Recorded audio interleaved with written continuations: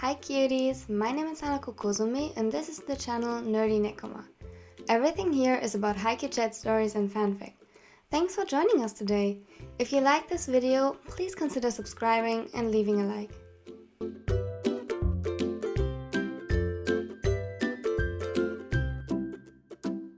And with that, welcome to today's video, or in other words, the fourth part of the Bottom Scare Nightmares. Today's video features UshiTen, KiyoYachi and IwaOi. I'm really excited and of course I have some happy music that doesn't fit the mood of this video at all.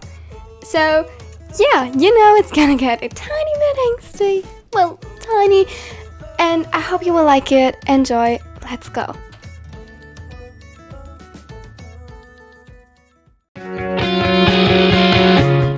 Have you ever had struggles finding good Haikyuu merch or anime merch in general? Because I for sure did. It can be hard. But this shop offers amazing merch. Like, I'm literally obsessed with the Haikyuu merch. They have the cutest hoodies ever. Now, if you want to get 10% off, click the link in the description. They offer me a collaboration which is literally amazing. And you support my channel this way. So, win-win. Let's go.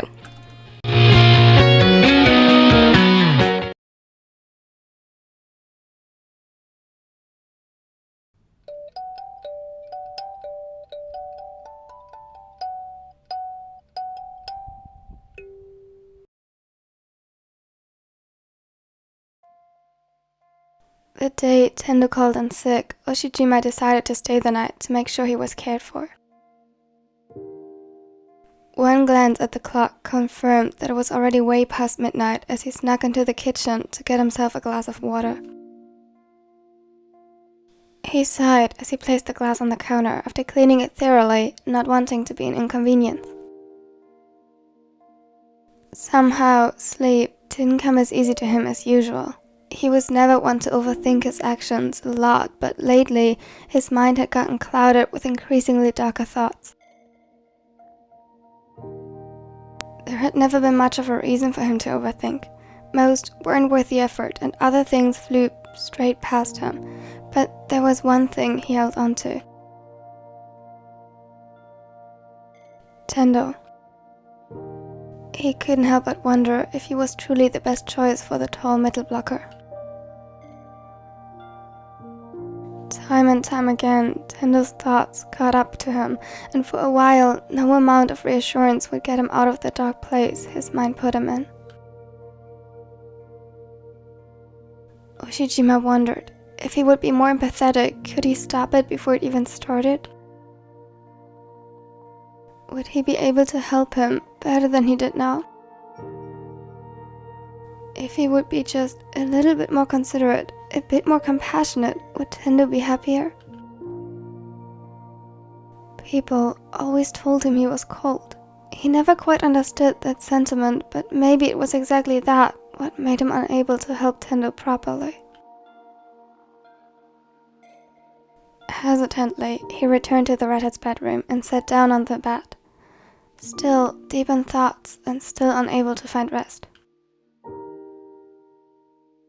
He glanced at Tendo and noticed the tense crease appearing on his forehead, as it always did when Tendo got stressed. He waited for it to disappear, for the peaceful expression he had in his sleep to return, but it never did.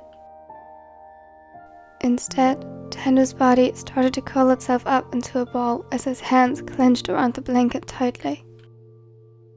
Satori? He placed a gentle hand on his shoulder and shook him slightly, but to no avail. Every attempt to wake him up was in vain.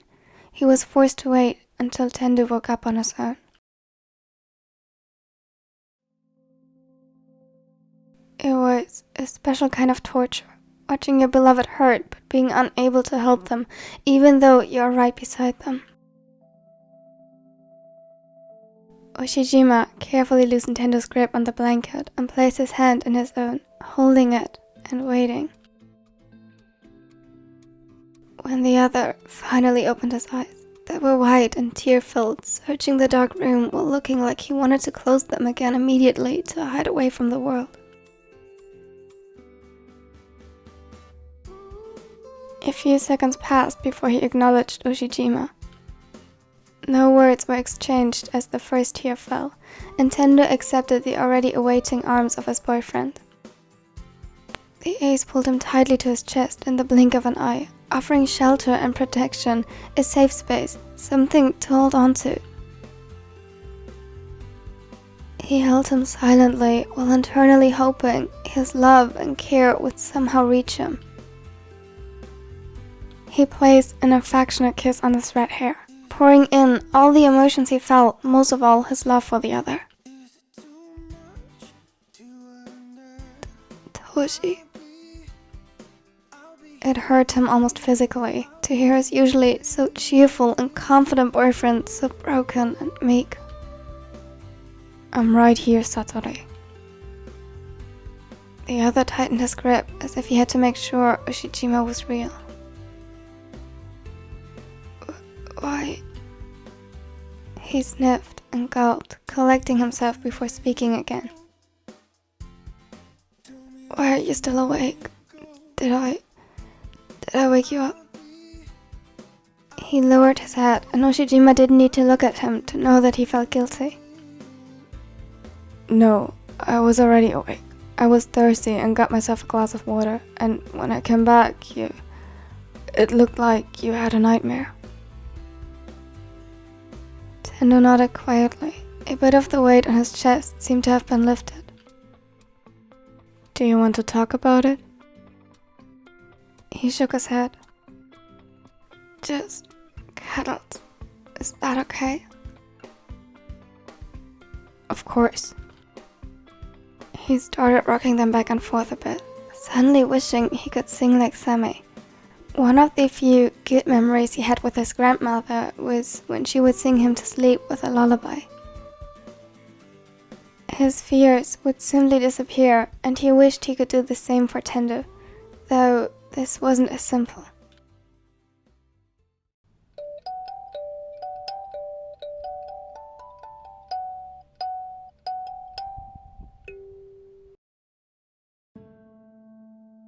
Yachi tossed and turned in her sleep, and her breathing was shallow and her heart beat rapidly in her chest as she was chased by the monsters in her dreams.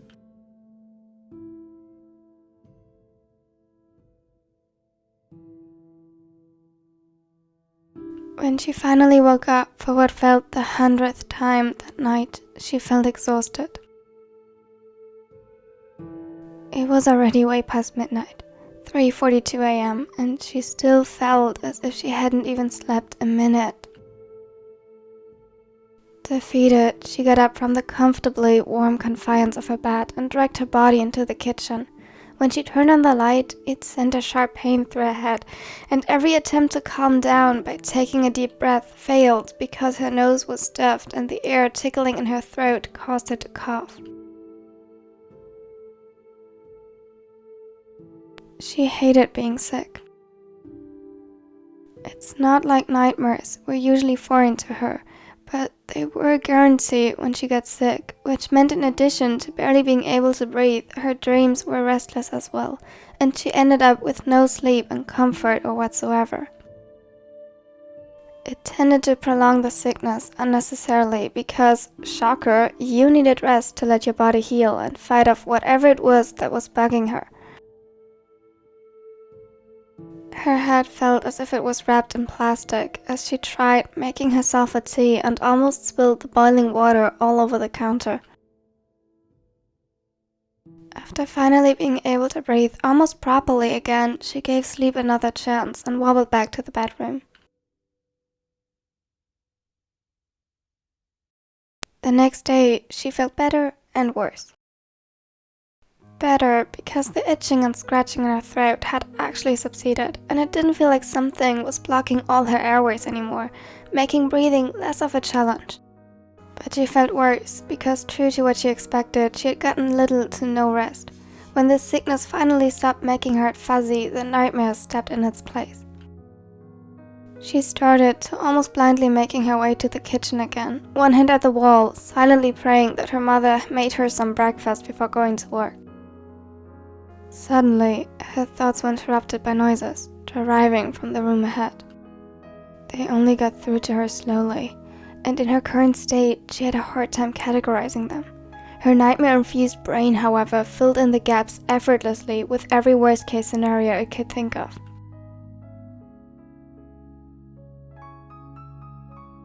She froze, merely a few steps in front of the door, and started shaking a bit. Were they being robbed?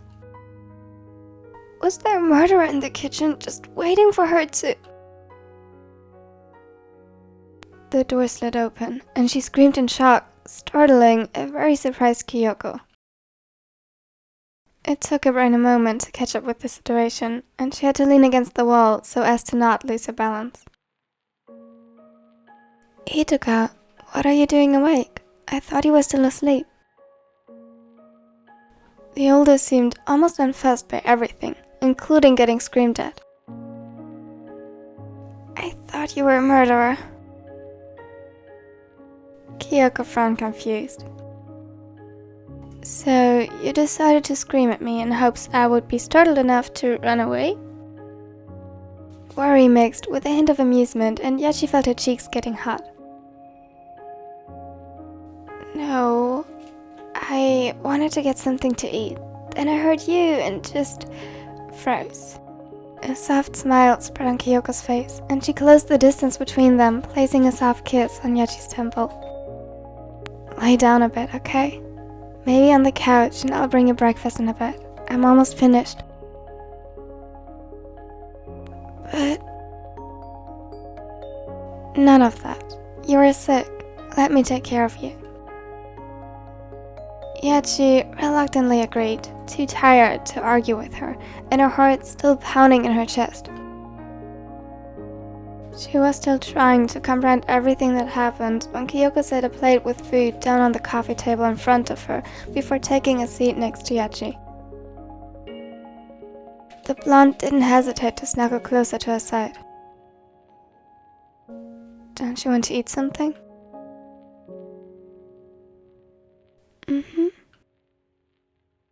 Kyoko chuckled and started to softly pet her hair and back. How did you get in here? Your mom let me in before going to work. Why? The taller looked at her puzzled. I guess because she... No, I mean, why are you here? Her expression softened again. Because I love you, Hitoka. And I know that your mom has a busy job, so I wanted to make sure you have company. Yachi let her head fall onto Kyoko's lap, hiding her face against the fabric of her shirt and pants. Thank you. Of course. She watched her girlfriend with concern. Something was wrong. Hitoka, what is wrong? Nothing. A sound was muffled by the fabric. Kyoko gently cupped her cheeks and made her look up.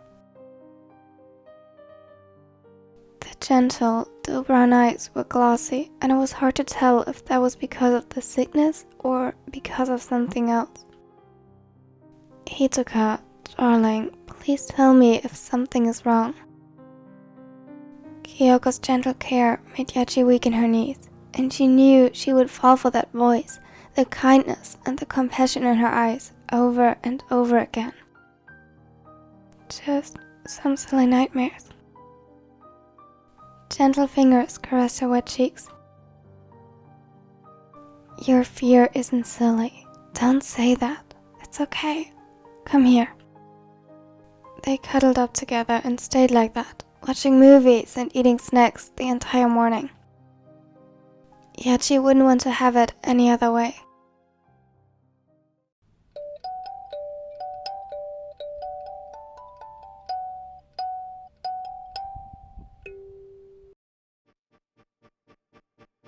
Stop tossing around.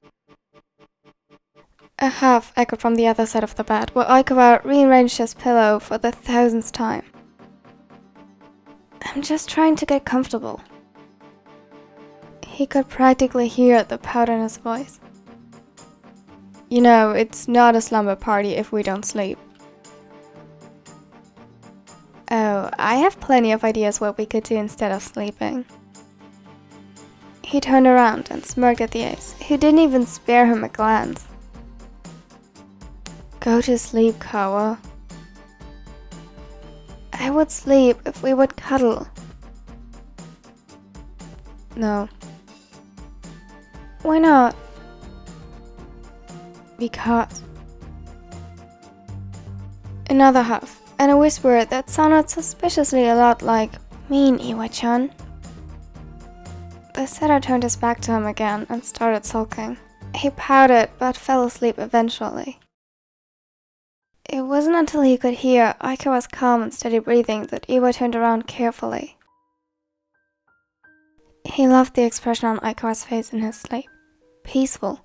No sign of the stress and pressure he put himself under every day. Nothing that even closely resembled the fake smile he put on whenever he wasn't feeling well and tried to disguise it. It was just him. One of the rare moments in which he allowed himself to be vulnerable, and Iwazumi couldn't even begin to describe the pride coursing through his system when he shared this with him. In his eyes, it was proof of the trust the setter put in him.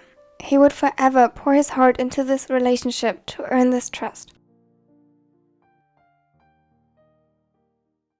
It must have been a few peaceful hours of sleep, a couple of hours of blissful rest until Aikawa woke him up again. He should be used to it already. The captain always slept fairly lightly, but it still annoyed him when he could feel the mattress shift once again and heard the rustling of blankets. What is it now, Kawa? Admittedly, he could have probably said that nicer, but he was sleepy and grumpy and absolutely not in the mood for games. He already expected an offended remark being thrown his way, but nothing happened. He shifted to face the setter again, who was still laying with his back towards him. Kawa? If you want a glass of water, you can go get yourself one. You know where everything is, and I'm not your servant. Still nothing. Iwa was about to turn around again and lecture him tomorrow about stealing his sleep when suddenly a choked sniffle tore through the silence. It didn't sound like Aikawa meant him to hear it, as if he tried to hide whatever it was from him.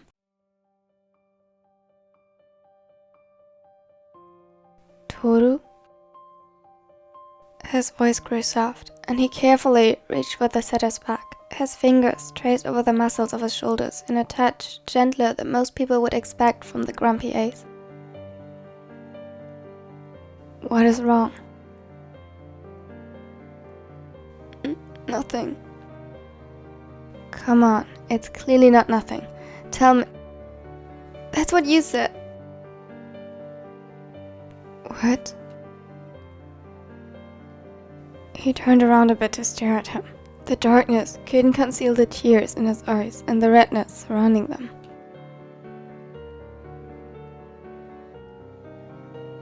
That's what you said when you got hurt. Do you think I'm stupid? That I didn't know that something was off? Toru, But you insisted that it was nothing.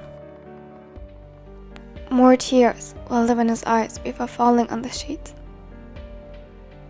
Why should I trust you if you don't? He choked on his own words. He couldn't say it. Iwa's eyes widened in shock, and he pulled him into his arms, facing surprisingly no resistance as Aikawa dug his nails into his back in an attempt to pull him even closer. I trust you. I trust you, I promise. That day was just my pride. Not that I don't trust you. There is no one I trust more than you. You hear me? No one. Aikawa sniffled, his tears soaking Iwa's shirt. He failed. Iwazumi failed to show him how much this meant to him. How could he miss this? They have been friends forever. He knew about Oikura's insecurities, yet he failed to assure him properly. I'm sorry, but I do mean it. You mean the world to me. You are my world. I'm sorry that I didn't tell you before.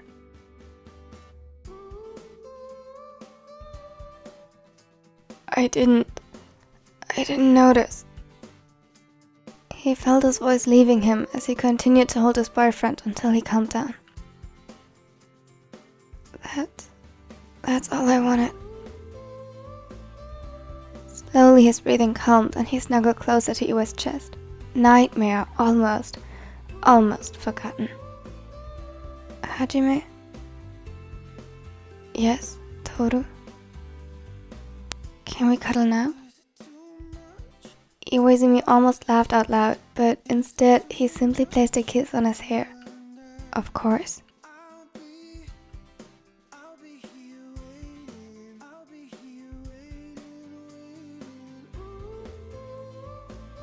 Thank you for watching to the end. As always, I hope you enjoyed the video. There will be another part to the KiyoYachi thing in the second part of the task at 6/injured. I'm excited for that one because it also includes Eren Kita, and I'm interested what you say about that. Also, the UshiTen part has potential to have a second part. If you want that, leave a comment and I might do it. And now, if you liked it, consider leaving a like because it really helps my channel grow. If you don't want to miss out on anything in the future, subscribe. And if you want to join this awesome community, consider joining the Discord server because it's fun. Yes. And now I hope you have a wonderful and amazing day.